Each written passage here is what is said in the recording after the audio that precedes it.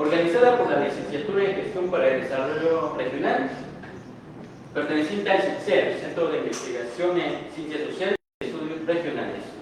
Mi nombre es Ricardo Guerrero Gómez y tengo el privilegio de moderar esta conversación. Agradecemos profundamente su presencia y el interés en formar parte de este diálogo.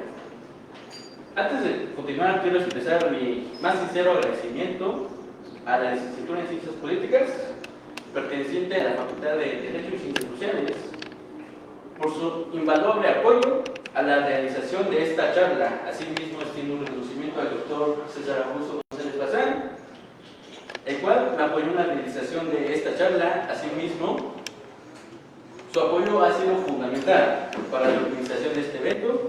Le expreso mi más profunda gratitud.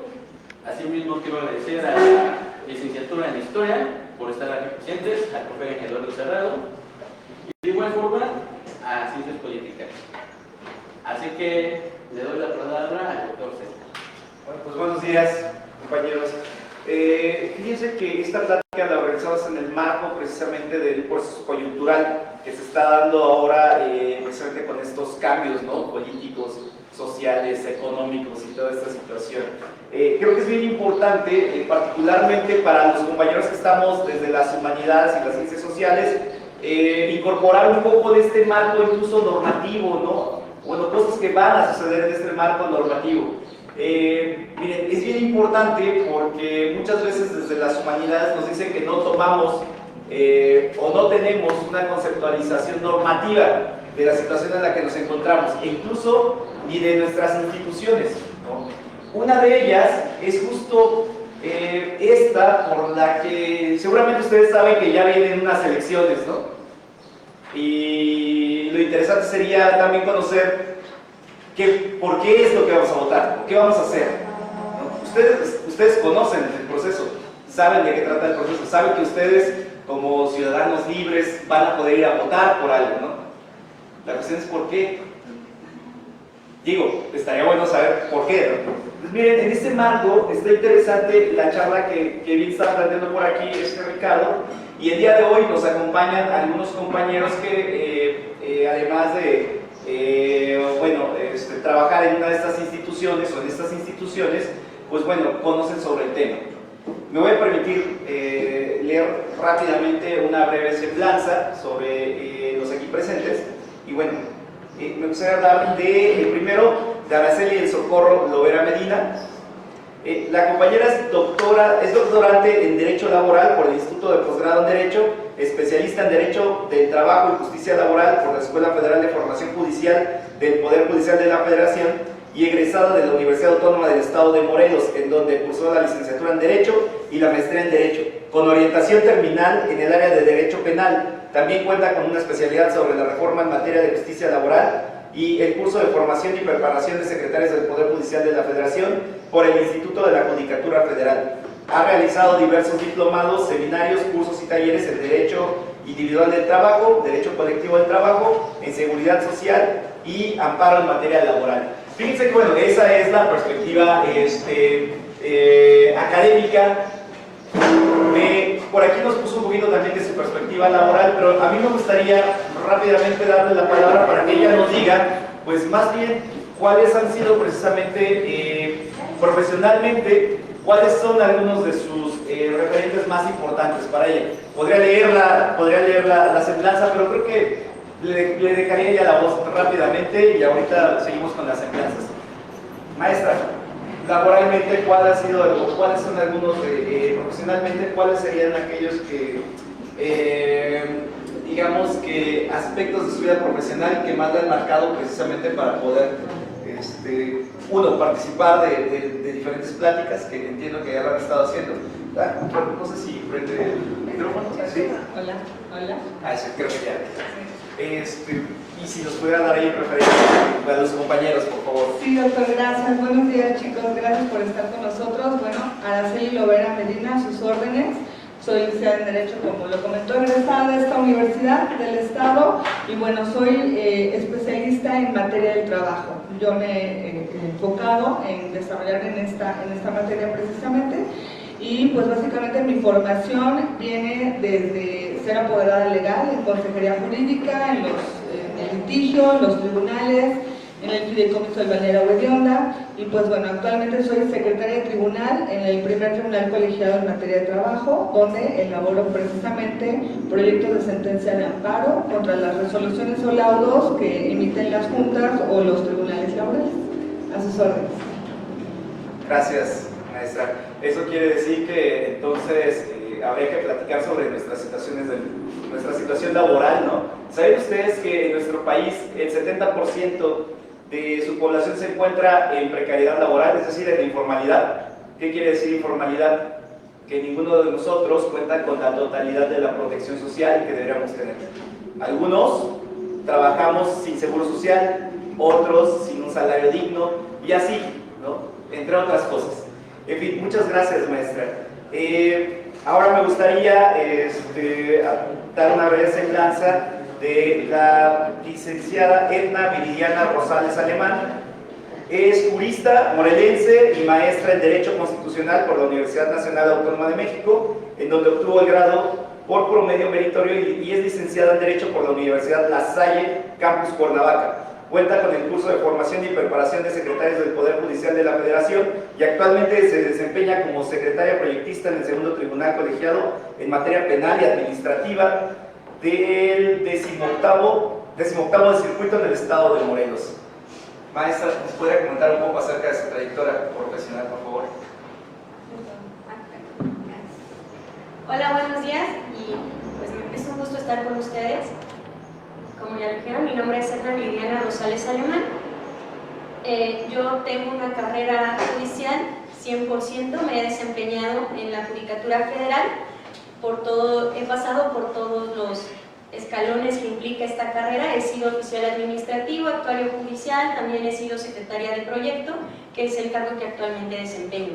Trabajo en el Tribunal Colegiado en materias penal y administrativa, donde los asuntos son precisamente en estas materias penales, procesos penales en sentencias definitivas que se revisan a través del amparo directo, y también en materia administrativa, que es una materia muy amplia. En materia administrativa podemos ver desde seguridad social, pensiones, por ejemplo, podemos ver asuntos agrarios, también podemos ver en materia administrativa netamente, licencias de construcción, multas de tránsito. Es una materia bastante amplia y yo me he desempeñado en este puesto con mucho interés, mucha dedicación y vocación, siempre especializándome en el derecho constitucional y el amparo, que se caracteriza por la protección de los derechos humanos. Y bueno, este ha sido mi trabajo y mi paso por la Judicatura Federal. Muchas gracias, maestra. Interesante la situación. ¿Saben ustedes que más me parece que está entre el 60 y 70% de la población de nuestro país, bueno, parte de la vida adulta, ¿no? Se encuentra lidiando con alguna situación legal? Es decir, del 60 al 70% de la población adulta de nuestro país tiene algún problema legal.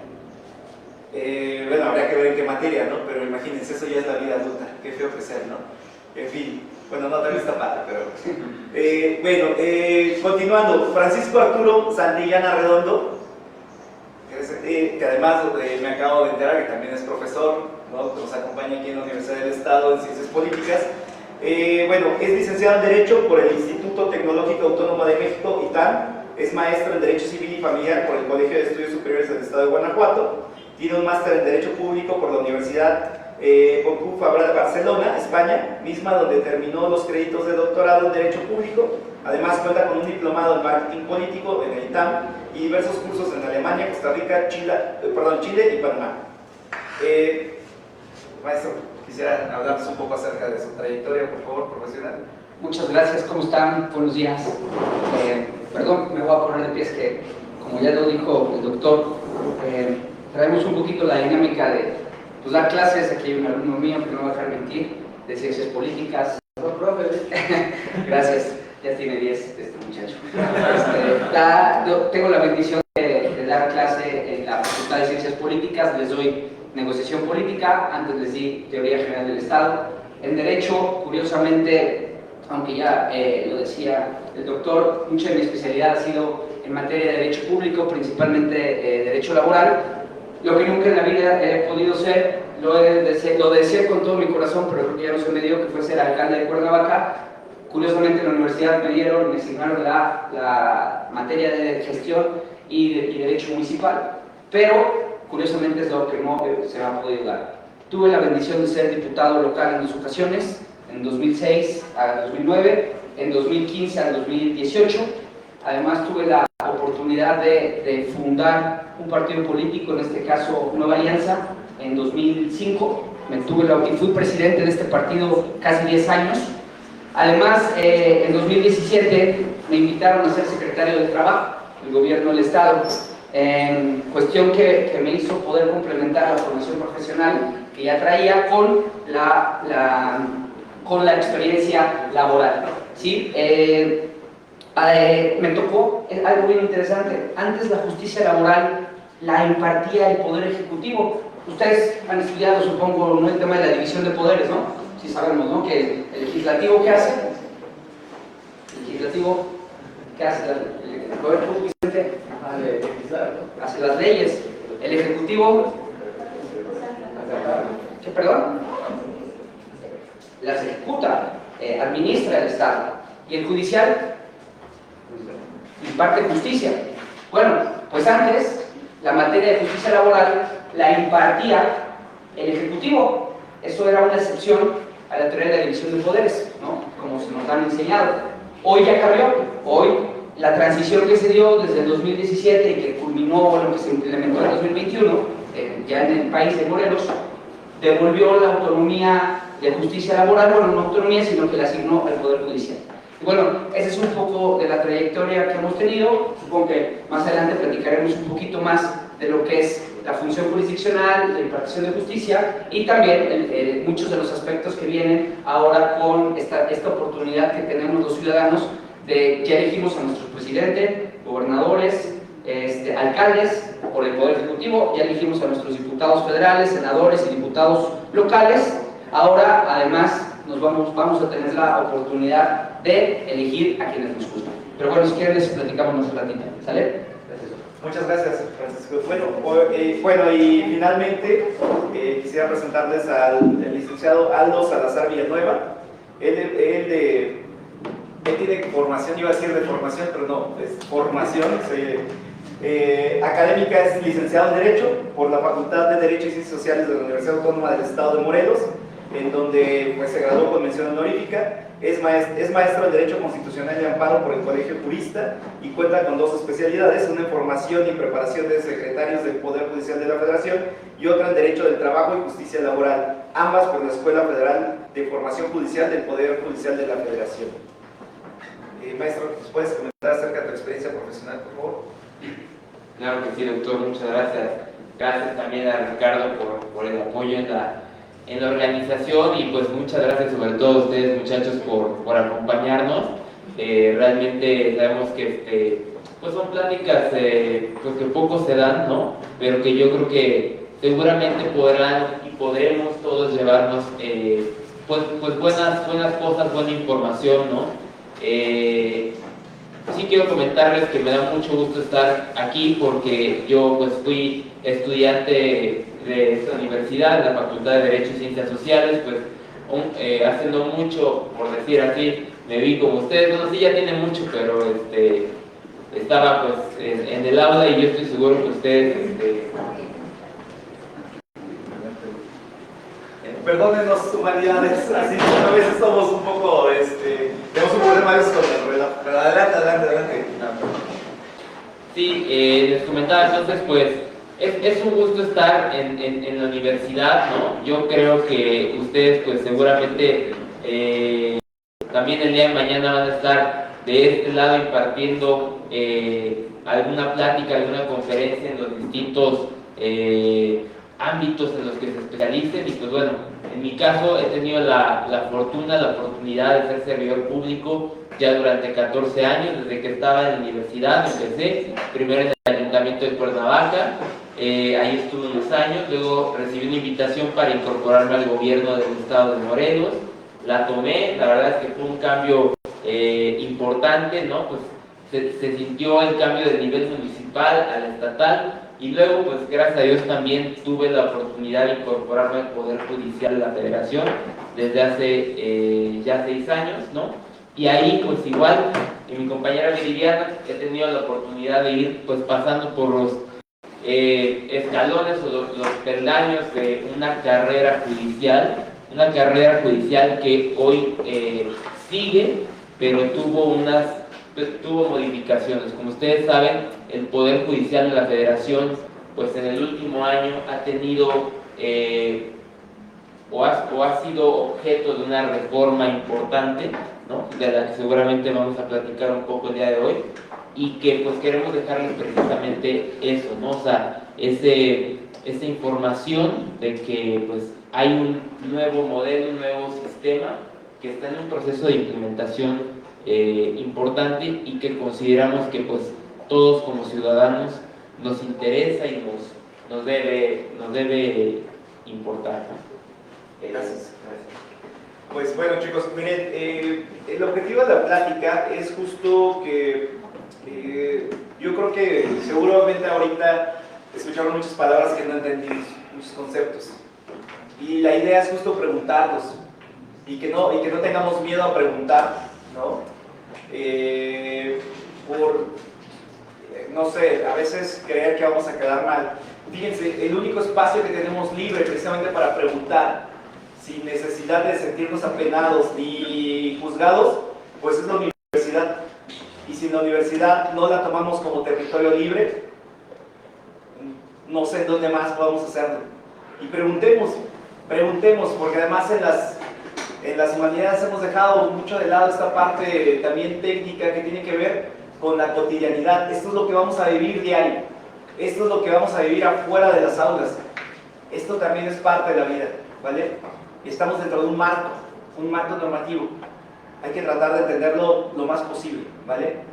Y bueno, en ese sentido, me gustaría que por favor ustedes hagan todas las preguntas que puedan y que se les ocurran, o de lo que no entendieron también, ¿no? Y bueno, dejo a Ricardo, quien va a ser el encargado de moderar la charla. Y bueno, por favor, adelante, Ricardo. Agradecemos la presencia de nuestros ponentes y estamos seguros de que su visión enriquecerá enormemente esta conversación. Sin más preámbulos, damos inicio a nuestra charla. Bienvenidos y muchas gracias por acompañarnos.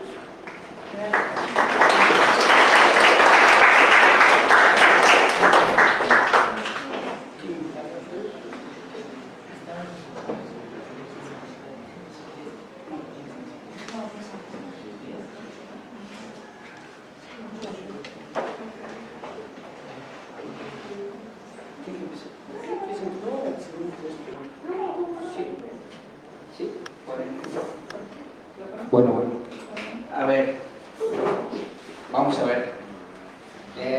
Ya les dije que soy profe de la universidad, me gusta estar preguntando, me gusta estar en interacción con ustedes, porque sí es cierto, a los abogados nos pasa algo, y no voy a dejar mentir mis alumnos de ciencias políticas. Luego usamos unas palabrotas bien raras, bien técnicas, y cuesta trabajo entender el contenido, ¿no?, de lo que se está diciendo, sobre todo, o sea, para quienes no estudiaron la carrera de Derecho, pero que es el 90% de esta población a quien nos tenemos que dirigir, que son los que no estudiaron esta carrera. Entonces, a ver, ¿quién me ayuda para que vayamos entrando en el tema? ¿Por qué creen ustedes que el impartir justicia correctamente es fundamental para el modelo de Estado que queremos? Estado con mayúsculas, o sea, no el Estado de Morelos, sino el Estado, lo que implica lo que les enseñaron de población, territorio, gobierno y orden jurídico, ¿no? ¿Por qué creen que es importante impartir justicia correctamente? Porque así la sociedad se puede desarrollar de una mejor manera. Exactamente. ¿Alguien más? Es muy algo jovesiano, ¿no? De que pues, al final del día la justicia es el primer deber del Estado. Porque el Estado se creó, efectivamente, mira, por eso sacó 10 en teoría general del Estado. El Estado al final se creó con un objetivo: darle seguridad al ciudadano, darle seguridad a las personas. Y cuando no se logra, se le tiene que brindar justicia. Por ejemplo, imagínense en materia laboral, ¿no? Que es lo que les platicaba, el tema que a mí me apasiona y en el que me he desarrollado con más profundidad. Imagínense, ustedes tienen idea de cuando trabajen, lo decía el doctor muy bien, cuando salgan a la vida laboral, los que no han salido, ¿tienen idea de cuáles son sus derechos laborales? ¿No? O sea, el doctor hablaba de lo que es, una cosa es la informalidad en el empleo, que decía él que no tienen los derechos plenos que el artículo 123 de la Constitución, que yo creo que han escuchado todos, ¿no? Porque ahí está en la Constitución y es el que desarrolla lo más importante de los derechos cuando uno trabaja. ¿Pero alguien conoce alguno de esos derechos? Por ejemplo, el aguinaldo, vacaciones, prima vacacional, ¿perdón? Utilidades, PTU, muy bien, jornada laboral de 8 horas, horas extras, seguridad social. Y esa la brinda el patrón, ¿no? Se las brinda quien los contrata en el caso de que ustedes decidan ser trabajadores, también pueden ser patrones. Por el caso contrario, si ustedes deciden ser patrones y deciden salir a la vida laboral para ser empresarios, pues tienen la obligación a sus trabajadores de brindar estos derechos. ¿Están de acuerdo conmigo? Bueno, pues imagínense que en esta materia, hablo de esta materia porque al final les comentaba que es en la que conozco un poco más, siempre tiene que estar el equilibrio, porque imagínense ustedes el trabajador que tiene derechos laborales que están, ¿en qué artículo les dije de la Constitución? 123, muy bien. Cuando algún día uno de ustedes tenga dudas, primero vaya al 123 de la Constitución, está muy largo, tiene 2 apartados, pero no les va a hacer daño conocerlo, se los juro, porque algún día todos aquí van a salir a la vida laboral y está bien que conozcan cuáles son esos derechos. Pero del otro lado está también el equilibrio del patrón, del empresario, que cuida, si ustedes fueran empresarios, ustedes deciden ser empresarios, están invirtiendo su patrimonio, están poniendo todo lo que tienen para desarrollar, para emprender algo, ¿sí? Y evidentemente, pues, parte de la lógica laboral es que el trabajo, la actividad laboral, se requiere compartida. Entonces, tendrán que contratar trabajadores y a esos trabajadores ustedes tendrán la obligación de brindarles derechos, pero también ustedes cuando emprenden, pues yo creo que todos aquí, si alguien quiere poner una empresa, pues es primero para mantener su vida cotidiana, ¿no? Y segundo, pues para hacerse de un patrimonio, ¿no? Porque yo no conozco a nadie que no quiera hacerse de un patrimonio. Bueno, al menos yo no. Entonces, siempre hay que cuidar ese equilibrio.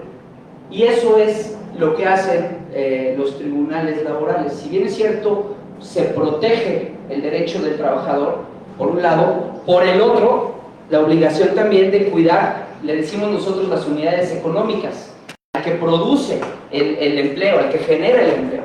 Y eso siempre está en un equilibrio. Yo les preguntaba, o siempre debe, perdón, estar en un equilibrio. Yo les decía, a ver, ¿por qué creen que es importante la impartición de justicia? Y me daban 2 razones, la hobbesiana y el tema de la convivencia en sociedad. De ahí se desprende a muchas áreas. Aquí hay más laboralistas, civil, penal y administrativo, mixto, así se dividen en varias áreas. Y cada área del derecho tiene su propia lógica del por qué es importante que se imparta correctamente la justicia. Aquí la importancia de eso, y por eso se celebra que hayan permitido que ahora no sea un grupo de personas quienes decidan quiénes van a ser sus juzgadores. Aquí se agradece que van a ser ustedes quienes van a decidir quiénes son sus juzgadores. ¿Por qué razón? Porque les decía que en función de cada área que hay en el derecho, hay una lógica. Por ejemplo, ustedes saben, por ejemplo, qué se ve en materia familiar. Yo supongo que aquí nadie, bueno, no sé, espero que nadie tenga algún problema de corte familiar, ¿no? De que 2 divorcios. ¿Todo eso por qué? ¿Por qué creen que se creó esa área del derecho? Pues porque el orden jurídico debe proteger el núcleo más importante de la sociedad, que es la familia. Y por eso hay un área que se dedica a eso. El área laboral se creó para proteger la actividad económica que genera riqueza en todas las naciones. El área penal, ¿por qué creen?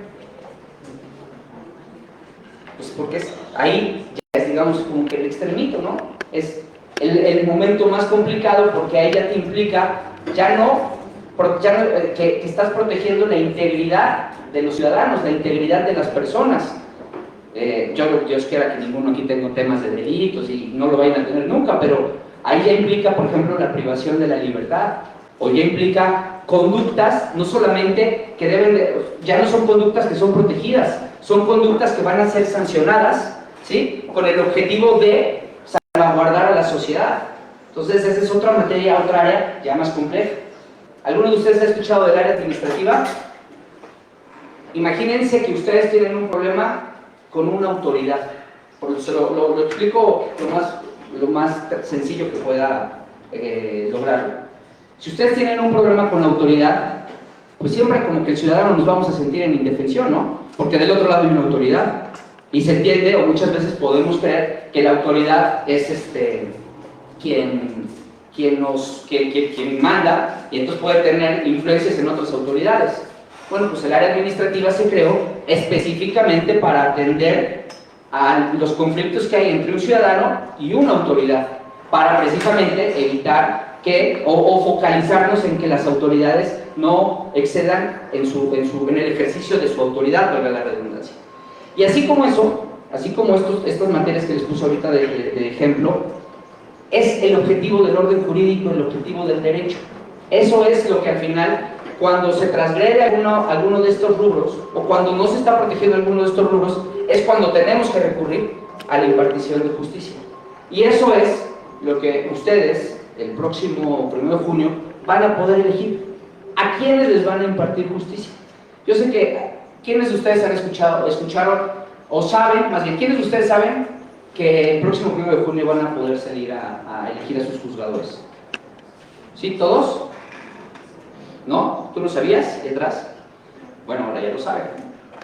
¿Les gusta o no la posibilidad? Sí se los pregunto, y alzando la mano si quieren, por si les da un poco de timidez hablarlo, pero ¿a quiénes de ustedes les gusta saber que pueden elegir a sus juzgadores? ¿Nada más a dos? Sí es interesante, pero muchas veces desconocemos todo el proceso. Entonces cuando tú llegues, si no hay información, cuando tú llegues no vas a saber a quién elegir, porque no sabes ni de lo que se está tratando. Esto es bien importante. O muchas veces vas confiado, o sea, no vas a acudir porque desconoces. Esto es bien importante. ¿Cómo se llama? Lo que dice Cristina es bien importante, porque sí es cierto, ha habido un proceso en el que no se ha informado al ciudadano cómo será. Pero, ¿cuál es el objetivo de esta reforma? Y con eso ya voy concluyendo para cederle la voz a mis compañeros. El objetivo de la reforma es, jóvenes, que ustedes puedan... ¿sí? ¿Cuántos de ustedes ya votaron? ¿Todos? Salieron a votar el pasado 1 de junio, ¿no?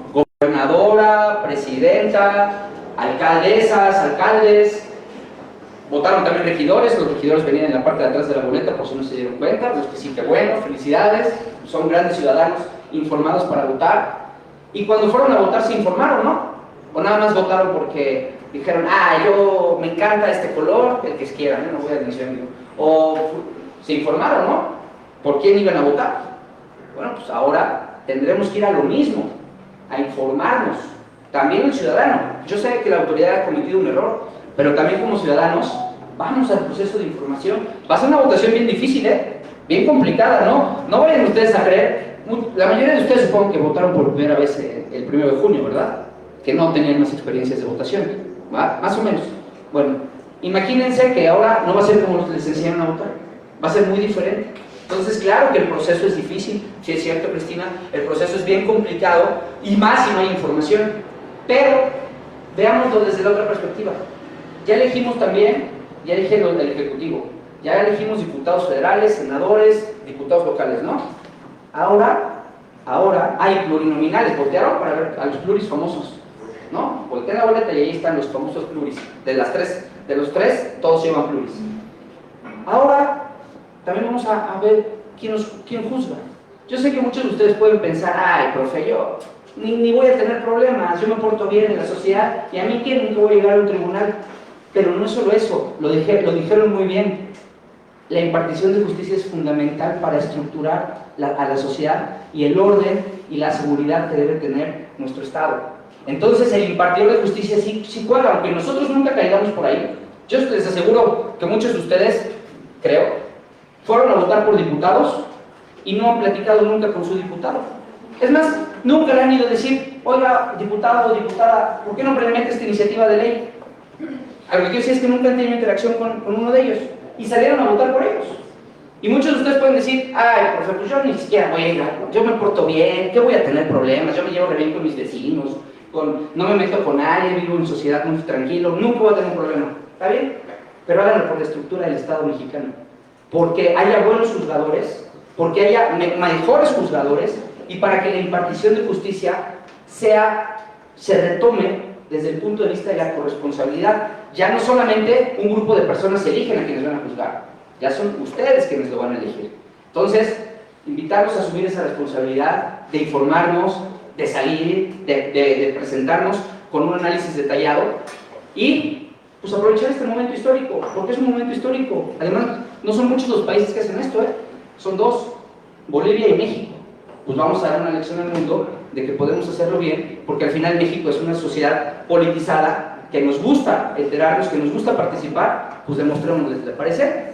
Bueno, yo les agradezco mucho estos minutos, les agradezco la invitación a la que también es mi casa y pues cualquier duda o comentario que tengamos, lo interactuamos y vamos resolviendo las dudas que tengan. ¿Sale? Gracias, buenos días.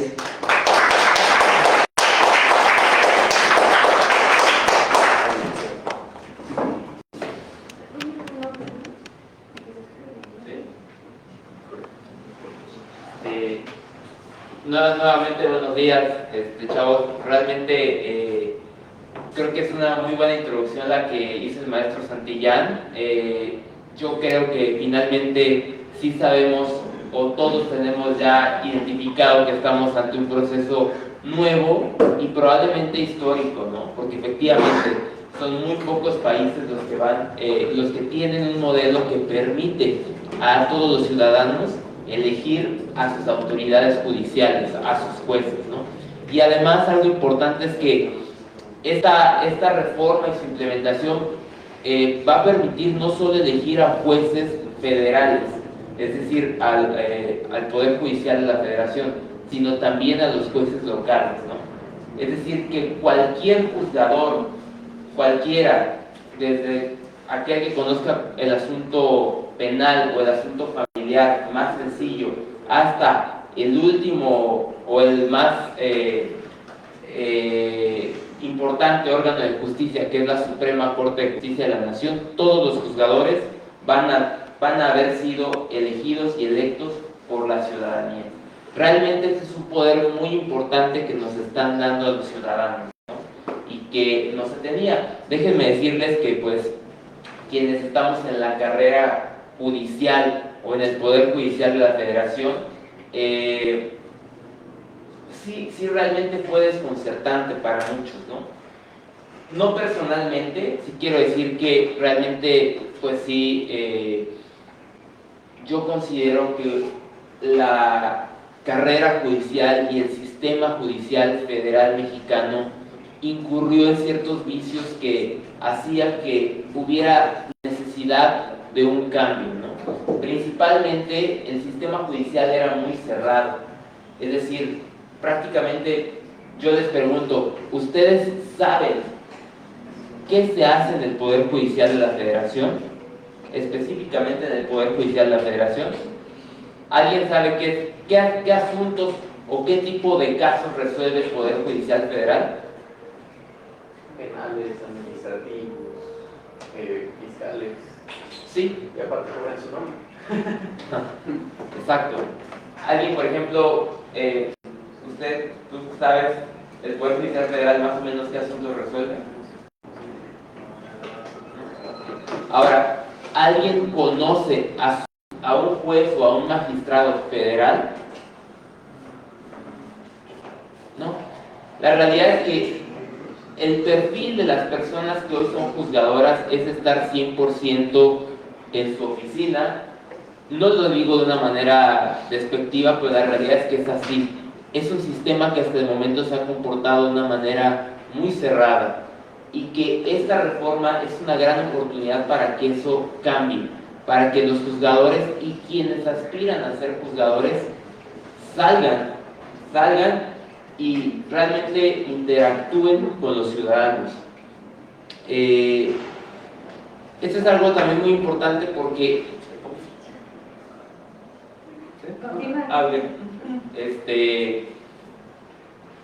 porque es la manera en que un juzgador se va a legitimar ante la sociedad. Es decir, no podemos pensar que los jueces no tengan también como servidores públicos pues que salir y que exponer sus ideas, que exponer por qué piensan que son la mejor opción para impartir justicia, ¿no? De verdad creo que es un gran poder el que hoy en día nos está dando esta reforma, y pues está en nosotros tomarla, está en nosotros ponderar quién o quiénes son la mejor alternativa, la mejor opción para impartir justicia, ¿no? Pero sí, la invitación es no dejar pasar esta oportunidad y pues ejercer nuestro derecho, ¿no? No sé si alguien tenga pues alguna noción de qué implica la reforma al Poder Judicial. Y, por ejemplo, ¿qué efectos tendrá sobre nosotros? Porque nosotros también somos parte de este sistema grandote. Yo sí lo preguntaría, ¿no? Oigan, ¿y eso nos va a afectar? ¿O cómo? ¿Saben ustedes que hay una ¿Desde cuándo existe la Suprema Corte de Justicia de la Nación? 1929. ¿Cuándo? 1929. 1929. O sea, que ya vamos para los 100 años. ¿Y para qué sirve? Oigan, ¿ustedes saben qué es un amparo? ¿Y para qué funciona y cómo les puede ayudar? ¿Sí? Bueno, aquí el compañero. ¿Los demás compañeros saben algo de eso? ¿Saben cómo defender sus derechos? Oigan, ¿qué es un derecho humano? Estamos en humanidades. ¿Qué es un derecho humano? Una garantía una garantía filosófica que garantiza la integridad humana. Ya es derecho fundamental que se establece en ley. Ok, chicos, ¿cuál es el derecho humano más importante que tenemos? El derecho a la vida, claro. ¿Y cómo se ve eso afectado si no sabemos esto también? ¿A dónde podemos ir a reclamarles? ¿Saben que nuestras comunidades indígenas ni siquiera conocen el derecho intrínsecamente, pero no saben de esto? Porque ni siquiera existen, muchas de las palabras de las que estamos hablando ni siquiera existen en nuestro idioma materno, por ejemplo, el náhuatl. ¿Cómo vamos a defender algo que no sabemos en dónde hay que defenderlo? ¿Qué implicaciones tiene todo esto? Históricamente tiene una implicación también interesante, Antes de la Suprema Corte de Justicia, ¿qué existía? ¿Cómo ven? Oigan, ¿cuál es su concepción de justicia? Las de ustedes. Y pregúntenle aquí a los compañeros que llevan años en este sector, para ellos, ¿qué es la justicia? Para ustedes, ¿qué es justo? ¿O qué es justicia? Y para los compañeros, ¿qué será? Compañeros, ¿para ustedes qué es justicia? Lo que cada quien lo que merece, lo necesita. A ver, compañero, para ti, ¿qué es la justicia? Para mí la justicia es que cada persona tenga un trato igualitario conforme a lo que haya sucedido conforme al conflicto que haya pasado. Ok. ¿Para usted? Pues tener los derechos a los que somos acreedores desde el momento en que nacemos, que se nos respete el derecho a la vida, el derecho a la educación, que haya una educación equitativa, que no haya discriminación y desigualdad. Ok. Exactamente. ¿Y qué pasa cuando esa justicia no se cumple? Cuando eso no se da. Cuando no cada quien recibimos lo que nos corresponde. Y cuando nuestros derechos no se ven respetados. Porque no puede ser por una autoridad. Como dijo Francisco, si una autoridad nos transgrede un derecho, puede darse. Pero también puede darse que otro ciudadano, otro particular, si un compañero llega y le pega al otro, pues no está respetando su derecho a la integridad física, ¿no? Si una persona llega y se mete o invade el terreno de otro o el predio de otro, pues no está respetando su derecho a la propiedad. ¿Qué pasa cuando eso se da? Cuando alguien transgrede nuestro derecho, es necesario que el Estado intervenga. El Estado debe intervenir para hacer que el Estado de Derecho, que la ley prevalezca, ¿no? Sabemos que la ley no nada más está por estar. El objetivo es precisamente guardar un orden social. Pero cuando ese orden social, cuando las leyes no se respetan, tiene que haber un ente que las haga respetar. La realidad es que en México ese ente, el Estado, el gobierno, pues ustedes sabemos, nosotros sabemos, pues muchas veces fallan. Muchas veces fallan ese deber de protegernos. Y entonces aquí viene algo interesante. ¿Qué hacemos frente a eso? ¿Qué hacemos cuando nuestros derechos no se ven respetados, pero además no podemos hacerlos respetar tan fácilmente? Pues tenemos que acudir a un órgano de impartición de justicia. Y ese órgano de impartición de justicia es quien finalmente va a decidir si el derecho que estamos reclamando debe ser respetado en la forma en que nosotros creemos. De este tamaño es la importancia del sistema de administración de justicia, que realmente, por ejemplo, en los términos, por ejemplo, que planteaba el doctor, de qué manera, si hay como un problema de, pues, que se viene como arrastrando, por decirlo de una forma coloquial, con el sistema penal político, digamos, el sistema jurídico, si se forma, ¿qué papel juega que nosotros ahora podamos escogerlo o escogerlos para que eso cambie? O simplemente es como va a seguir siendo iguales, pero que ahora los vamos a escoger nosotros. O sea, ahora nosotros vamos a escoger quién nos muy buena pregunta, realmente. Yo quiero decirles algo. ¿Cómo te llamas, perdón? Inti. Ok, gracias, Inti. Miren, quiero dejarles una reflexión y un comentario. El sistema que actualmente tenemos de impartidores de justicia por carrera puede ser bueno porque hay cierto mérito para llegar, es decir, se llega por medio de exámenes, pero la realidad es que el hecho de estar todo el tiempo en la oficina, trabajando solamente, ¿no? Y llegar por ese medio, sí ha desensibilizado muchas veces a los juzgadores. ¿A qué voy? La realidad es que muchos jueces piensan o saben que llegan a ese cargo, que llegan a ser juez o magistrado exclusivamente por su esfuerzo, exclusivamente por el mérito de haber cursado un examen y haberlo pasado. Eso ya no es así. Quien no llegue va a ser porque el ciudadano quiso que llegara. Por eso es que les digo que tenemos un gran poder en esta ocasión. El poder de elegir quién va a ser nuestro juzgador y juzgadora. Y eso va a responsabilizar y a obligar a que quien sea elegido responda a los ciudadanos, responda a quien votó por él. Esa es una gran diferencia, ¿me explico? Es decir, no nos lo debemos al mérito. Por supuesto que hay mérito, desde luego, en exponer al ciudadano, en pues convencer y hacer ver que uno u otro está preparado, ¿no? Por supuesto, pero realmente la confianza nos la está dando la va a dar el ciudadano a todos los jueces. Entonces ese poder a su vez es una gran responsabilidad para quien lo asuma, para quien resulte elegido, y eso va a hacer, desde mi punto de vista, cambiar probablemente la idea del juez.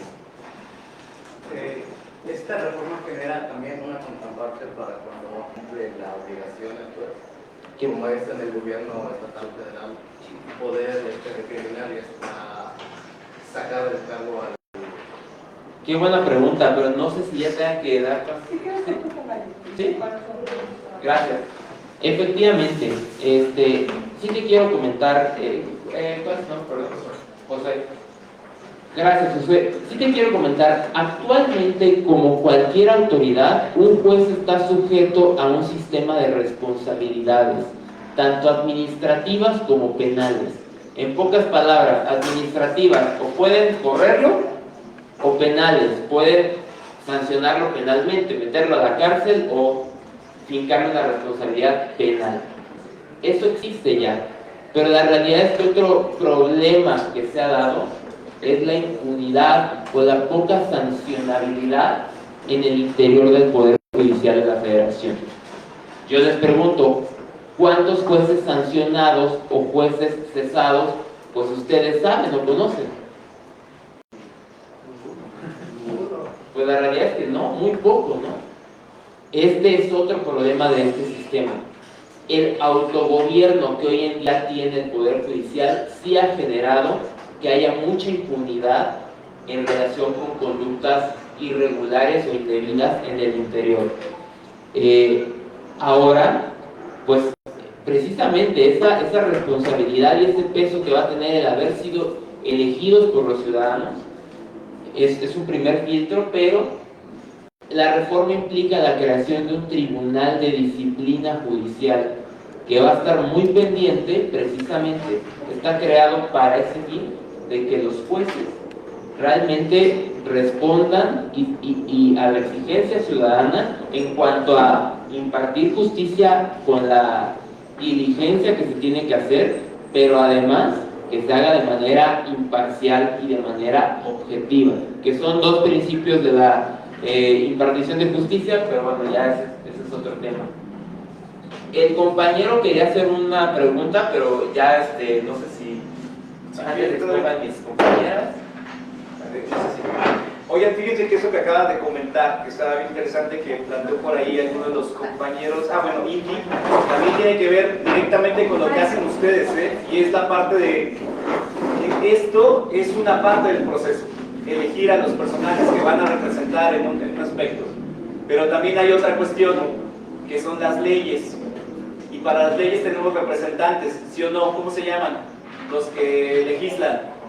Legisladores, diputados, senadores. Diputados y senadores, ¿no? Bueno, y entonces también hay que observarlos. Oigan, ¿quién ha observado qué ley hay que nos afecta? Oigan, ¿saben que hay leyes que afectan también a la educación pública? ¿Saben ustedes que tienen compañeros que desde los tribunales federales han demandado las mismas facultades por obstaculizarles su derecho a la educación? ¿Sabían eso? ¿Sabían que hay compañeros que están en los tribunales federales peleándose? En muchas universidades. Y saben, por ejemplo, que hay universidades que están demandadas ante precisamente el Poder Judicial de la Federación porque no les están dando el derecho a una educación laica ni gratuita. No quiero hablar de universidades, la nuestra no es otra. Está en el centro del país. Pero así de grave está el asunto y debemos de conocerlo, ¿no? Me parece que es importante porque eso sí nos afecta directamente. En fin, yo te quiero dar la palabra aquí a la maestra para que, por favor. Pues buenos días, mi nombre es Edna Lidiana Rosales Alemán y bueno, yo les quiero hablar de nuestro tema que es la función laboral de los órganos jurisdiccionales del Poder Judicial de la Federación. ¿Qué se hace en estos órganos? Los órganos del Poder Judicial de la Federación que a nosotros en este momento nos interesa son los magistrados y jueces del distrito, los colegiados de circuito y los juzgados federales. ¿Pero qué se hace? ¿Cuál es el objeto en estos órganos? La principal función es la tramitación del juicio de amparo en sus dos partes, directo o indirecto. Dependiendo, si vas al juzgado de distrito hablarás de un amparo indirecto y si vas al juzgado a los tribunales colegiados hablarás de un amparo directo, en términos generales. ¿Alguno de ustedes ha escuchado del juicio de amparo? Eso es lo que primordialmente se hace. ¿Lo han escuchado? Hoy ¿no han escuchado el juicio de amparo? Sí, el profe Santillana te explicó bien. ¿Para qué nos sirve un juicio de amparo? Un juicio de amparo es un juicio que tienen los gobernados contra las autoridades por actos, omisiones o leyes que afecten sus derechos humanos. No es un juicio que se lleva contra otra persona o contra una persona moral en un estado de igualdad, no. Este es un juicio que se promueve por el gobernado contra la autoridad, contra el acto de la autoridad que me está afectando. ¿Y qué me afecta? Mis derechos humanos. Para eso es un juicio de amparo. Ejemplo, a los adultos mayores promueven o solicitan su pensión ante la Secretaría correspondiente. Le llamamos pensión de bienestar. o su pensión del ISSSTE o su pensión del IMSS. Eso es un trámite común y normal que puede llevar el ciudadano que está en el supuesto para que le otorguen su pensión. Y la autoridad no le responde, no le da su pensión, se la da, pero no se la pagan. ¿Y qué hacen? Tienen que acudir a hacer gestiones para que la autoridad le haga caso, van, hablan con alguien, lo pasan con otra persona, sigue hablando y total que nunca obtiene respuesta. Y esa persona es un adulto mayor que es su único medio para subsistir y no se lo están dando. ¿Qué hace? ¿Qué puede hacer? Promueve un juicio de amparo indirecto ante los órganos federales. ¿Y qué hace ese órgano federal? Le ordena a la autoridad, después de un estudio, de emitir una sentencia, a que le dé la pensión a esa persona. Es lo que se hace en los juzgados federales. En los juzgados federales no atendemos los asuntos entre las personas, entre su juicio civil, que se da entre un esposo y una esposa, no atendemos propiamente un proceso penal que se da del Ministerio Público inculpando a una persona, no. Nosotros atendemos derechos humanos. Otro ejemplo. Por ejemplo, hay un asunto también de pensiones. Hasta el 2023 hubo una reforma en la ley del Seguro Social que le permitió, o más bien excluyó en una parte de la ley, los requisitos que se pedían para que un viudo pudiera acceder a la pensión de su esposa. Desde 1998, la Corte había resuelto a través de varias sentencias, incluso los órganos colegiados y los juzgados federales reproducían ese criterio y decían, es que tú le estás pidiendo al viudo más requisitos que a una viuda para acceder a la pensión que le había dejado o que le correspondía por parte de la trabajadora fallecida. Y el reclamo era, eso es discriminatorio. Pero ¿dónde estaba la discriminación en esa norma? ¿Dónde estaba? No estaba en el trato entre el viudo y la viuda para acceder. Ahí no era la discriminación. La discriminación estaba en el trabajador que había fallecido y había dejado una pensión.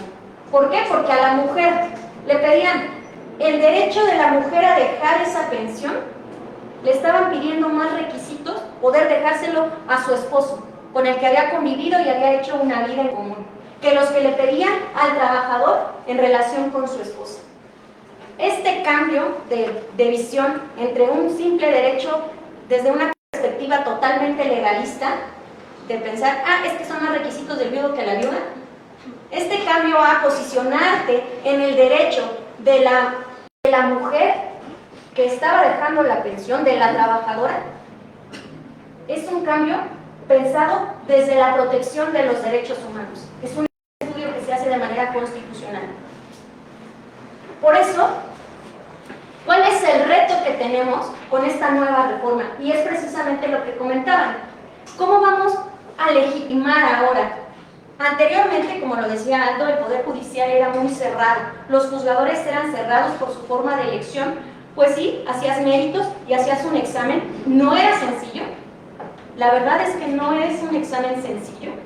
Se requería de mucho estudio y mucha profesión. Y estábamos desde el Poder Judicial creyendo que hacer bien mi trabajo, hacer bien mis sentencias, pensando en los derechos humanos y en la protección, pensábamos que con eso era suficiente, pero no lo fue y nos lo demostró esta reforma. ¿Por qué? Porque la gente dice, es que quiero conocerte, quiero que tengas empatía, que veas mi asunto más allá de un número, sino que soy una persona, y sobre todo porque estás viendo y protegiendo derechos humanos. Entonces, ¿de qué manera va a funcionar esta reforma? Y nos va a servir la elección. Desde la forma o en la manera en que ustedes se cuestionen a quién me están proponiendo, por quién voy a votar. Porque si yo voto por personas que no están preparadas, es evidente que mis sentencias no van a salir bien y no van a ser las mejores. Yo tengo que ver por quién voy a votar, tengo que conocerlo. tengo que conocer su trayectoria, tengo que escucharlo. Desde esa perspectiva, sí va a funcionar que votemos a los juzgadores. Pero de otra forma, pues no. No es lo mismo trabajar en un plano de legalidad en juicios que nosotros le llamamos ordinarios, que son los que les comentaba, los que se presentan entre las personas, a juicios de amparo. No es lo mismo juzgar así. ¿Por qué? Porque se requiere esta visión y este trabajo en los derechos humanos. No todos lo hacen, no todos pueden hacerlo, y por eso es muy importante que conozcan el trabajo de cada uno de nosotros. Entonces, pues con esto concluyo mi participación, pero esta es la manera, creo yo, en que nosotros podemos garantizar que la justicia sea realmente efectiva. Cuando elijamos a nuestros jueces y magistrados y también a los ministros, por favor, estudien y vean y hagan un voto consciente. Pero pues si tienen alguna duda. Justamente como lo mencionabas, muchas veces nosotros como ciudadanos desconocemos las trayectorias de los candidatos, en este caso los magistrados o los juzgadores, ¿no? Entonces, a raíz de esto, creo que también ellos van con el soborno o con esta corrupción, ¿no?, a los ciudadanos para que votemos por ellos. Y por lo tanto, ¿no?, aquí también es, vaya, es para nosotros que no nos informamos de a quiénes vamos a votar y como lo mencionamos ahora, de sus trayectorias. Entonces, siento que es importante también como soborno, corrupción, etc. Pues no sé si vaya a ser una cuestión de corrupción, porque al final el voto es libre y secreto y tiene que ser una conciencia. Es decir, cada quien podrá llevar y hacer sus campañas como le plazca, pero es responsabilidad de nosotros como gobernados y ciudadanos que vamos a ir a hacer nuestro voto, de verdad hacer ese trabajo de conciencia. Nadie te puede decir por quién vas a votar, es un trabajo personal. Entonces, pues ustedes sabrán por quiénes van a decidir elegir o votar. Sí, una pregunta. En el caso de la elección de los jueces y magistrados, ¿para qué áreas serían esos jueces? ¿Solamente para las instituciones del amparo? Tratándose de jueces y magistrados, vamos a votar en el Estado únicamente, o más bien les voy a explicar. Los jueces en el Estado de Morelos son mixtos, los jueces federales. ¿Qué implica? Ven de todas las materias, ven amparo propiamente, pero de todas las materias, en materia penal, administrativa, civil y laboral. Es lo que ven, son mixtos.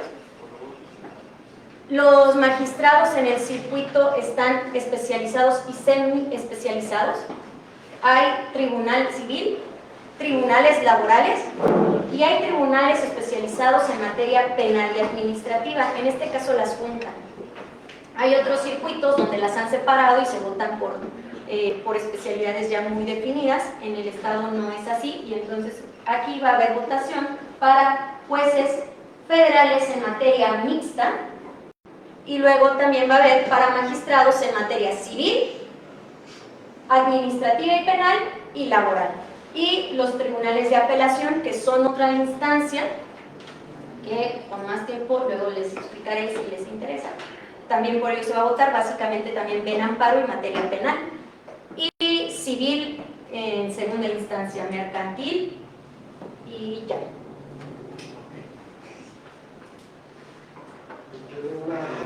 ¿Cuánto cuesta llevar un juicio de amparo federal? ¿Sí se llama así? Juicio de amparo.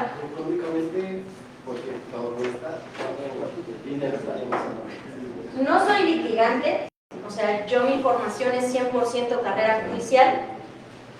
Tengo amigos que se dedican y pues, bueno, pueden cobrárselos desde 10,000 hasta 50,000 pesos. Pero deben de saber que en el Poder Judicial de la Federación también está la Defensoría Pública Federal, que es un órgano donde puedes acudir a hacer tus asesorías, te pueden asesorar y te pueden elaborar tu juicio de amparo.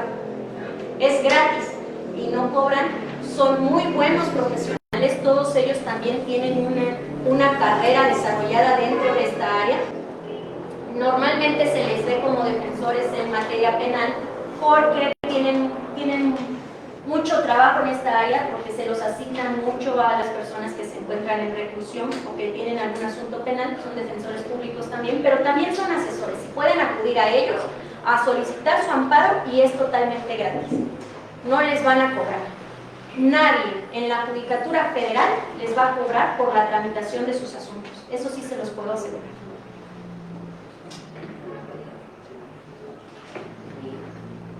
Bueno, también la cuestión de la... No, sí. En la elección de los jueces y magistrados también, tengo entendido que las votaciones las va a llevar en línea. En este caso, desde su perspectiva, ¿sí cree que hay un ordenamiento realmente eficaz para que se lleven las votaciones sin que sean amañadas, cosas que hemos visto ya en otros poderes? Pues yo espero y confío en que el INE haga un buen trabajo y que no se dé eso, que realmente se respete esta voluntad que ustedes van a expresar a través de... Eso es lo que yo espero. Gracias.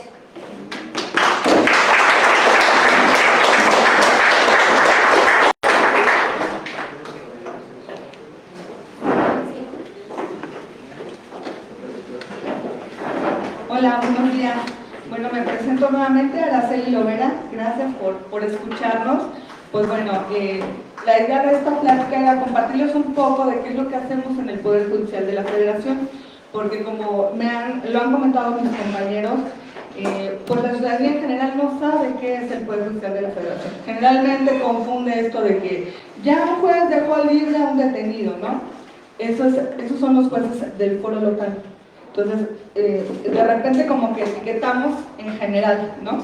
Miren, el Poder Judicial de la Federación, para que tengan una idea, el órgano principal se divide en lo que es la Suprema Corte de Justicia de la Nación. Después de la Suprema Corte de Justicia de la Nación, bueno, ahorita está conformado en plenos y salas, pero derivado de la reforma ya nada más va a haber un pleno que va a estar integrado por los ministros, ya no van a funcionar en salas. Después existen otros órganos, pero nosotros queremos platicarles de lo que hacemos en estos órganos. Existen lo que son los tribunales colegiados de circuito y los juzgados de distrito. ¿Todos son de Cuernavaca aquí? No. A ver, ¿de dónde nos acompañan? Ciudad de México. ¿Vienes de México? Ah, ok. ¿Quién? ¿De dónde más? ¿Otro municipio?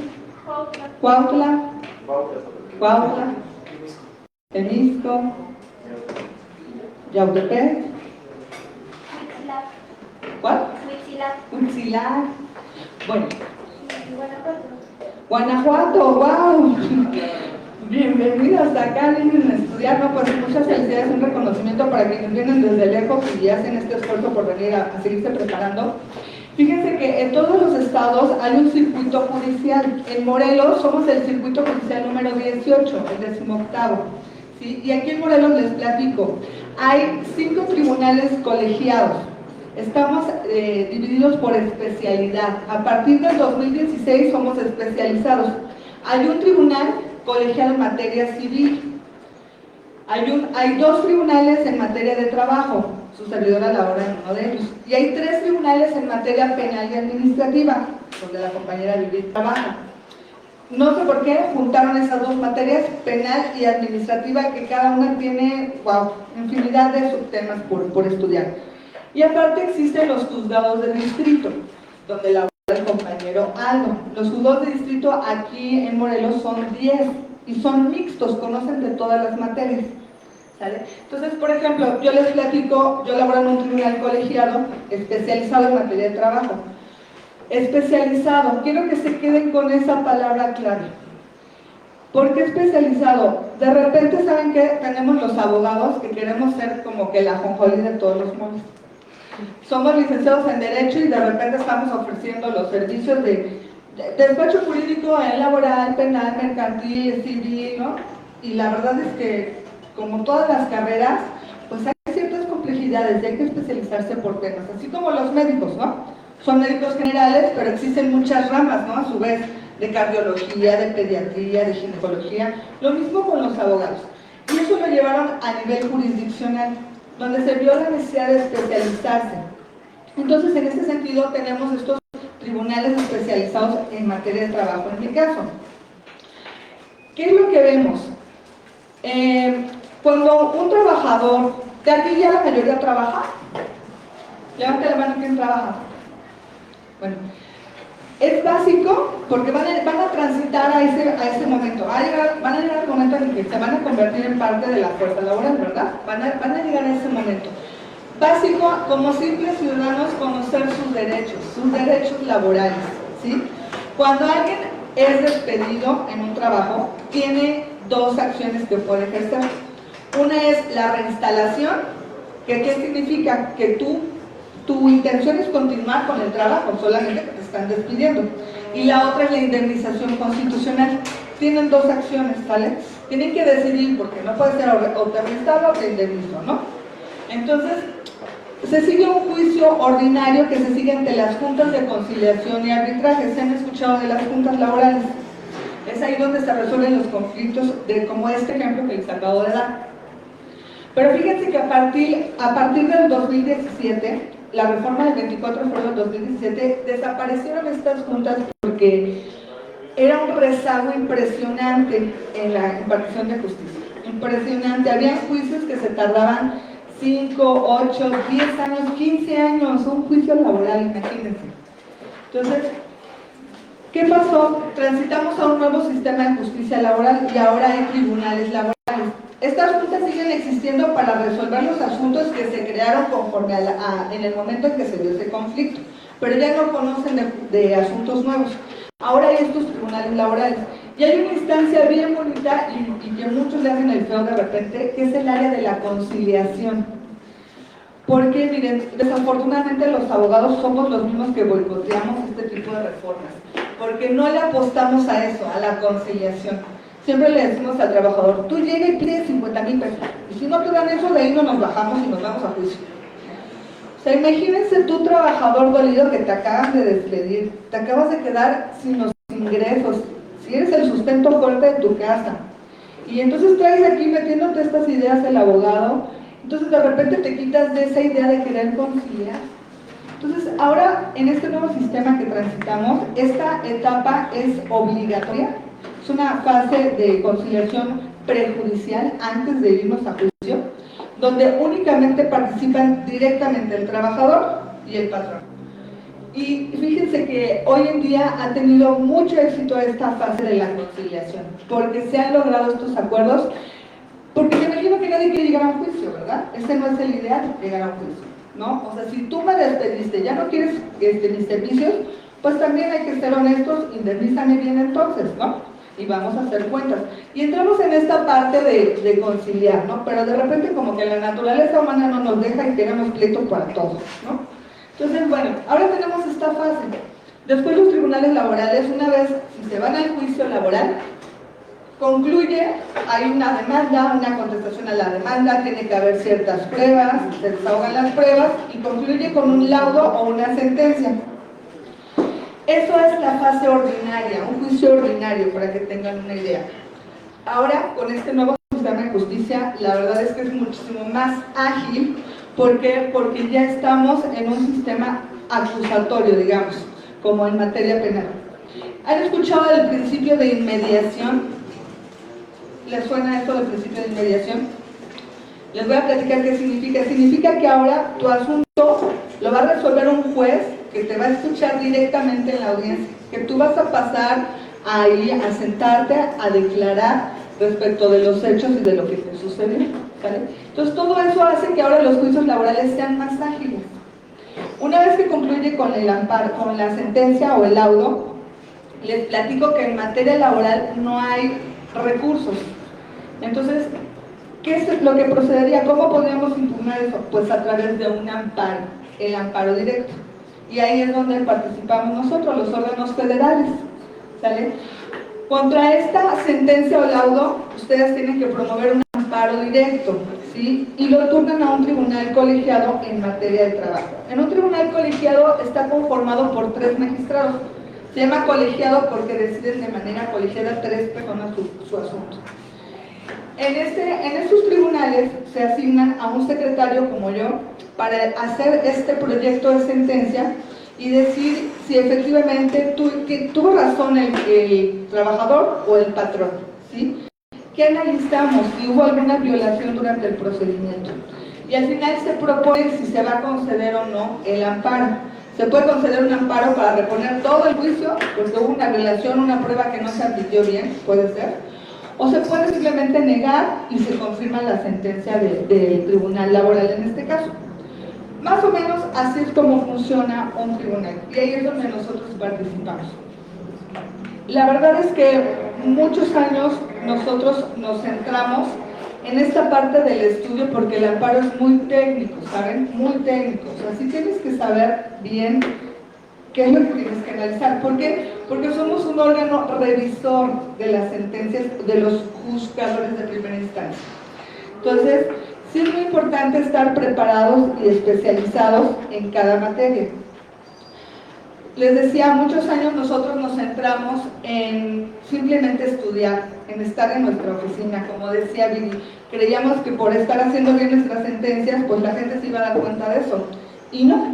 Ahora nos dimos cuenta que no, que de repente nos alejamos mucho de esto, de platicarles qué es lo que hacemos, qué estamos haciendo ahí.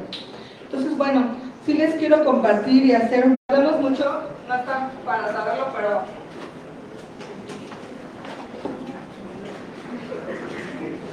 Sí, está acá.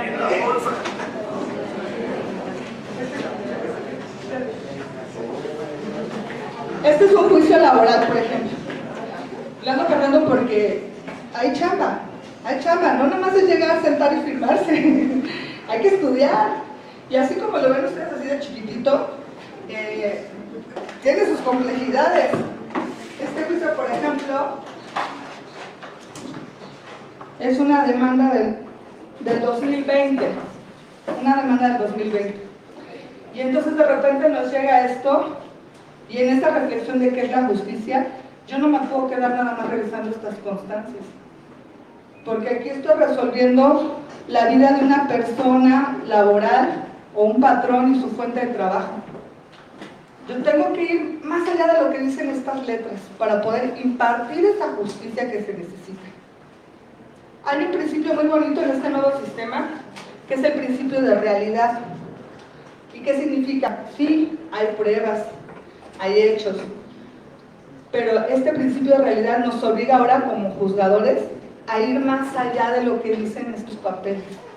O sea, si te está diciendo, yo trabajaba de lunes a sábado, plaza de chofer y ganaba 20,000 pesos a la semana,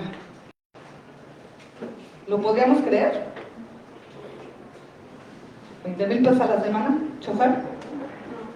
Tan difícil, ¿no? ¿Y qué creen? Que el patrón no compareció a juicio, se fue en rebeldía y lo condenaron a todo. Y entonces, ¿yo qué tengo que hacer para impartir justicia? Para ver qué es la justicia para mí. Tengo que ir más allá de lo que dice esto. ¿Sí? Hay jurisprudencias que también tengo que saber, ¿verdad? Que me dicen que tengo que hacer un ejercicio de verosimilitud, en este caso, del salario. Y tengo que ponderar y revisar, irme hasta los salarios mínimos, si es verdad que un chofer puede ganar eso. Entonces, ¿qué es la justicia para mí? Pues es, no nada más es darle a cada quien lo que le corresponda, es ir más allá de eso, es analizar y entender qué es lo que estamos resolviendo en estos tribunales, en estos juzgados de distrito, ¿sí? ¿Por qué? Porque de esto depende, pues, de la vida literalmente de alguien. Imagínense el patrón que por no comparecer a tiempo, pues ya lo condenaron a todo y ya su negocio se fue a la quiebra y quedó endeudadísimo y a su familia con miles de deudas, ¿no? Entonces, es bien importante por eso que ustedes entiendan lo que se hace en los tribunales, ¿no? Que no nada más, ay, llego y firmo, no. La experiencia cuenta y cuenta bastante, y eso es lo que nos ha dado la formación de estar en esos tribunales y de irnos preparando día a día y especializarnos en la materia, ¿sale? Pues bueno, con esto concluyo mi participación y estamos a sus órdenes.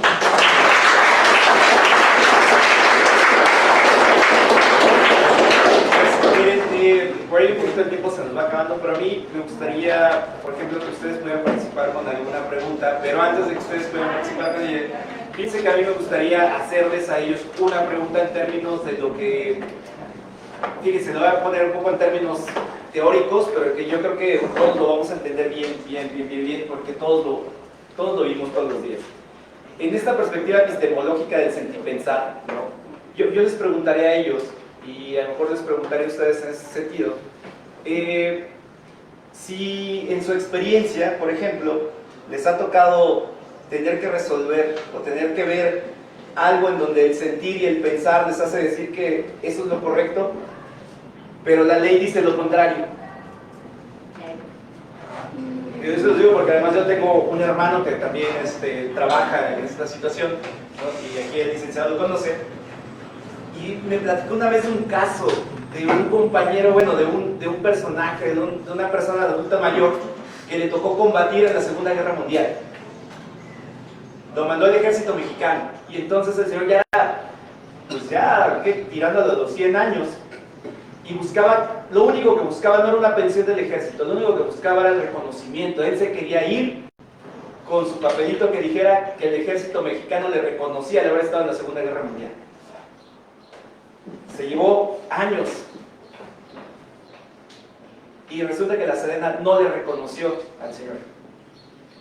Y sin embargo, yo les puedo decir que las personas que estuvieron ahí participando hicieron todo lo posible para que al señor le reconocieran. Solamente eso, ya no pedía pensión, quitaron pensiones, quitaron todo el asunto, solo que le reconocieran, ¿no? Una parte de su vida que no fue reconocida. Lamentablemente, por algunas cuestiones técnicas, y yo tampoco entiendo muy bien porque fue muy técnico, pues no se le dio el reconocimiento. Y las personas que participaban ahí, entre ellas mi hermano, sentían que se lo debían al señor, pero no se pudo hacer nada. El señor falleció, el caso terminó cerrado, ¿no? Pero vean, son esas cosas que se contraponen, ¿no? entre lo que uno siente, entre lo que uno piensa y lo que se puede hacer también. Entonces no sé si a ustedes les ha tocado, no den datos, ¿no? Pero si nos pueden explicar eso, porque creo que es parte de andar bien, ¿no? Es decir, de lo que nos hace también tener esta, hacernos coincidir con lo que ustedes hacen o con lo que se hace en otras instancias, porque al final de cuentas todas las instituciones, incluso las estatales, son producidas por el ser humano y esta interacción que tenemos, ¿no? El Estado es una institución producida por nosotros, ¿no? Habría que entenderlo. Algunos lo han adoptado, pero bueno, esa es otra cuestión. Entonces, no sé si tienen alguna experiencia así rápida que nos puedan comentar, ¿no? En donde el sentir y el pensar se contrapuso con el actuar, ¿no? No porque quisiéramos.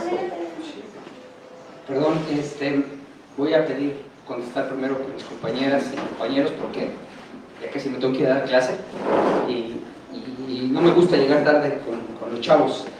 De acuerdo a la experiencia que me tocó vivir profesionalmente, me ha tocado estar de los dos lados, desde, no propiamente desde quien imparte justicia, pero sí de estar al frente y tener sectorizado y vinculado un sector que imparte justicia, en este caso las juntas de conciliación y el Tribunal Estatal de Conciliación y Arbitraje. Pero más allá de eso me tocó estar en un papel más complejo, que es el papel de quien hace las leyes. Les comentaba que tuve la oportunidad de ser diputado local en 2 ocasiones y muchísimas veces me pasaba que la sociedad te exige hacer una ley, te exige que impulses un proyecto legal, un proyecto legislativo, que diseñes un modelo de justicia de una manera, pero tú en el fondo sabes que eso no es lo idóneo. Por ejemplo, les voy a poner un caso. Ustedes saben que Morelos tiene un grave problema, y la Universidad del Estado tiene un grave problema para cubrir las pensiones, pero la pensión de todos los trabajadores es un derecho laboral, hablábamos de eso, ¿no? Cuando ustedes terminen su vida laboral, si deciden ser trabajadores, tienen derecho a pensionarse, a terminar los días de su vida con un salario que cubra los años que ustedes sirvieron, o ya sea en la vida privada o en la vida pública. Y si sirvieron en la vida pública, ustedes tienen derecho a que el Estado mexicano les pague una pensión para terminar los días de su vida. Pero por otro lado tienes a una sociedad exigiéndote mejores condiciones de vida, mejores condiciones en su retiro. Entonces tienes que tomar y equilibrar puntos de vista entre qué es lo correcto, qué es lo que se debe de hacer cubrir a un sector que desde luego se merece, porque las personas que dieron su vida para trabajar por la sociedad tienen derecho a retirarse de la manera correcta, con un salario justo, una pensión justa, no es un salario, es la pensión justa, y tener lo necesario para cubrir las necesidades ya después de una determinada edad. Pero por otro lado, pues es en la torre. ¿Y qué hago con el boquete financiero que se está creando? Hoy vivimos esa situación. Y se ha enfrentado, me tocó enfrentarlo en la legislatura del 2015, que fue la 53, y pasan los años y sigue ese problema. ¿Por qué? No se sabe qué hacer, no se toman determinaciones sobre qué hacer. Y claro que permanentemente te cuestionas qué hacemos con esto. Otra situación que me tocó vivir, ¿qué opinan del transporte público? ¿No les gusta, va? Yo comparto con ustedes, no lo puedo decir mucho, pero Cuernavaca, en Morelos, es un problema. Y se presentó una iniciativa, el Morebús, para mejorar el transporte público, y obviamente, ¿quién cree que fue el sector que más se opuso? El transporte público. Con justa razón, porque también se podían afectar sus derechos laborales. Y entonces, estoy hablando desde otra perspectiva, no desde la perspectiva, de acuerdo a lo que preguntaba el doctor, de quien juzga. Estoy hablando desde la perspectiva que ya se vivió desde quién hace la ley, qué hay detrás de alguien que está diseñando una ley que va a aplicar a los ciudadanos. Estoy transmitiendo, les comparto esa experiencia.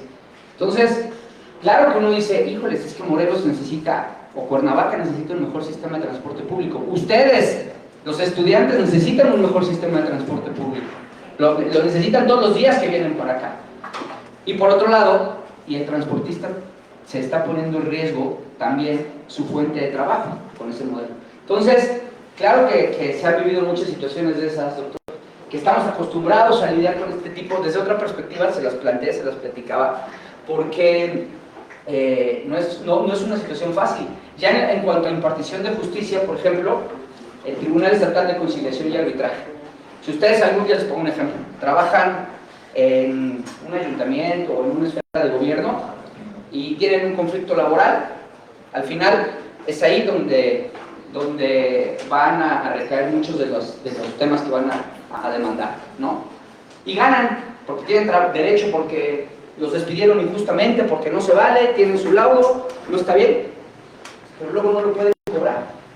No lo pueden cobrar porque hay todo un mecanismo complicadísimo para que eso que ya ganaron, que la justicia les dio la razón, tenga que se ejecute, se materialice. ¿Cómo se materializa? Pues que les paguen, ¿no? Su indemnización, que ya la ganaron. Y entonces permanentemente nos enfrentábamos a situaciones de esa naturaleza, sabiendo que el sistema está equivocado, que el sistema está mal preparado, mal hecho. Y por otro lado, pues también les doy otro tema. Ustedes saben que la segunda deuda pública más grande del país es la ocasionada por los laudos que se generan en los municipios. O sea, cada vez que un municipio llega, una administración llega, despide trabajadores, ¿sí?, para que entre la nueva administración, y estos demandan, con justa razón, porque fueron, dicen, despido justificado, y para que entren los nuevos miembros de los ayuntamientos, se van, ganan, y eso se va acumulando el pasivo laboral. Ese pasivo hoy representa a nivel nacional la segunda deuda pública más grande interna que tiene el país, ¿no? Porque no es solo un caso de Morelos, en Morelos es gravísimo el tema. Entonces, pues permanentemente estás jugando entre esas dos situaciones, ¿no? Y respondiendo a la pregunta concreta del doctor, les quería poner estos ejemplos de lo que se vive. Pues eso permanentemente está en la función que se hace tanto en la jurisdiccional, que es impartir justicia, como en la legislativa, que es preparar las leyes. Pero al final se tienen que tomar decisiones, y al final pues es la ley la que te mandata qué hacer, ¿no? Yo quiero agradecerles a todos, doctor, perdón que me tenga que retirar, mis chavos ya, si no les aplican ustedes la ley del cuarto a sus profes, ¿saben cuál es? Que si no llegan al cuarto se van a las 10:15. No les des ideas, por favor. No, yo les digo a mis chavos que no me la pueden aplicar, pero por eso, como ustedes ya son adultos, la relación tiene que ser tiene que ser vis a vis, ¿no? Ustedes ya son adultos y hay que tratarlos como adultos, entonces ellos llegaron puntuales, yo tengo la obligación de estar también con ellos puntuales. Agradecerles a mis compañeras, a mi compañero, el haberme permitido compartir con ustedes y chavos, chavas, chaves, tienen una oportunidad de oro histórica, no la desaprovechen. Al final, les decía, son muy pocos los países que tienen esta oportunidad. Vivamos en un momento histórico, vamos a ver de qué se trata. Ya si al final, pues no está bien, pues al final la justicia, perdón, el Estado democrático nos permitirá renovar la forma que estamos llevando a cabo estos procesos. Es la ventaja que tenemos, si no funciona podremos renovarlos. Pero, pues por el momento, esto es lo que hay, esto es lo que es. Vívanlo como una fiesta democrática distinta, ahora desde la impartición de justicia, y aprovechenla, porque no muchos países tienen esta oportunidad. Y si después nos equivocamos, como decían, va a haber una corresponsabilidad, si no resulta bien, somos corresponsables, tanto los que sean electos como los que votaron, pero también tendremos la corresponsabilidad de decir, pues no nos gustó, cambiemos el sistema con otros mecanismos que ya pasan por el legislativo, ¿vale? Bueno, pues comprométanse con México, con ustedes y con la sociedad que al final necesita un buen modelo de impartición de justicia. Gracias y que tengan un buen día. Y gracias a ustedes.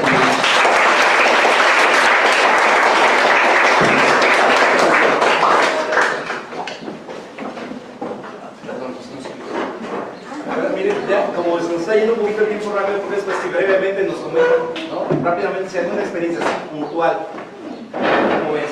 Si Bueno, sí o no. sí, claro, en todos los órganos jurisdiccionales, en esta función, obviamente se plantea y se presentan estos asuntos donde a veces choca un poco lo que hay que resolver en función de la legalidad, de la ley netamente y lo que sucede en el expediente.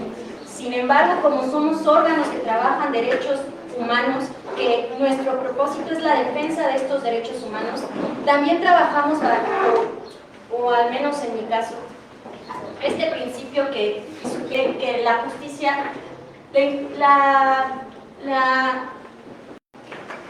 la injusticia extrema no es derecho. Es decir, si algo es injusto, aun cuando la ley así me lo establezca, yo tendré que privilegiar la justicia.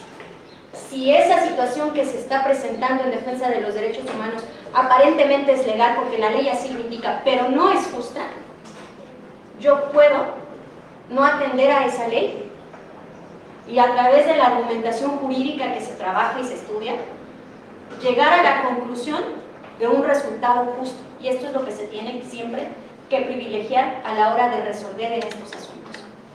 Sí se presenta, en alguna ocasión tuve un asunto en un recurso de inconformidad, donde el juez de distrito había concedido el amparo a una persona que había acudido reclamando de la Autoridad de Seguridad Social del ISSSTE o IMSS, no recuerdo bien, que no le estaban proporcionando su medicamento, en este caso su medicamento para el cáncer, y que requería de una operación que le habían pasado hasta dentro de 9 meses. Una persona con un cáncer, dentro de 9 meses, estaba por morirse sin su medicación más. Entonces el juez de distrito concede el amparo y le dice, sí, otórgale las medicinas y prográmalo para una operación. En ese asunto en particular, el juez de distrito lo que hace es acortar el efecto del amparo y dice, pero lo voy a tener por cumplido con el solo informe que me envíes de que ya le dijiste a todo tu personal que lo atiendan rápido cuando venga. Y entonces lo que hace la autoridad es mandarle al juez de distrito un oficio donde le dice, oye, yo ya le dije a todo mi personal que cuando esta persona venga, lo atiendan, y con eso la tiene por cumplida. Ese amparo no servía para nada. Ese señor no quería llegar y que lo atendieran amablemente. Ese señor lo que quería era ya darle su medicina y ya programarlo para la operación. Entonces, cuando llega el colegiado en un recurso de inconformidad que sirve para revisar el cumplimiento, normalmente está acotado a lo que se dijo en la sentencia. Pero yo dije, es que esa sentencia del juez no sirve para nada y no está protegiendo ningún derecho humano ahí. Entonces, a través de un trabajo de argumentación, para hacer efectivo ese derecho, lo que se le dijo en el colegiado es, aunque el juez haya acotado este aspecto y haya dicho, con esto lo voy a tener por cumplida, aquí no se está restituyendo el derecho a la salud. Tú, autoridad, para tenerla por cumplida me tienes que demostrar que ya lo operaste y que ya le diste tu medicamento. Y así lo hace. ¿Por qué en un juicio de amparo el juez de distrito también vigila el cumplimiento? Y por qué a las autoridades les es incómodo un juicio de amparo y un cumplimiento. Porque el juez de distrito, si no cumples la sentencia, puede incluso ordenarte, no solo multas como la autoridad y persona responsable de esa dependencia pública, también puede ordenar tu destitución. Y ha pasado. Hace algunos años había muchos problemas para el cumplimiento y el pago de laudos de condenatorios en un ayuntamiento de allá de la zona oriente. No se pagaban a pesar de que había amparos y la corte ordenó la destitución de un alcalde de esa zona.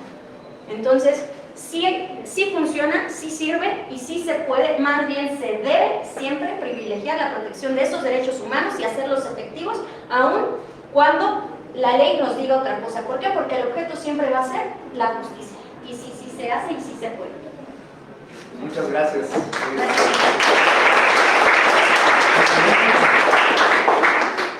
Hemos llegado al final de esta enriquecedora charla. Agradecemos profundamente a nuestros distinguidos ponentes por compartir su conocimiento y a todos ustedes por su atención y participación.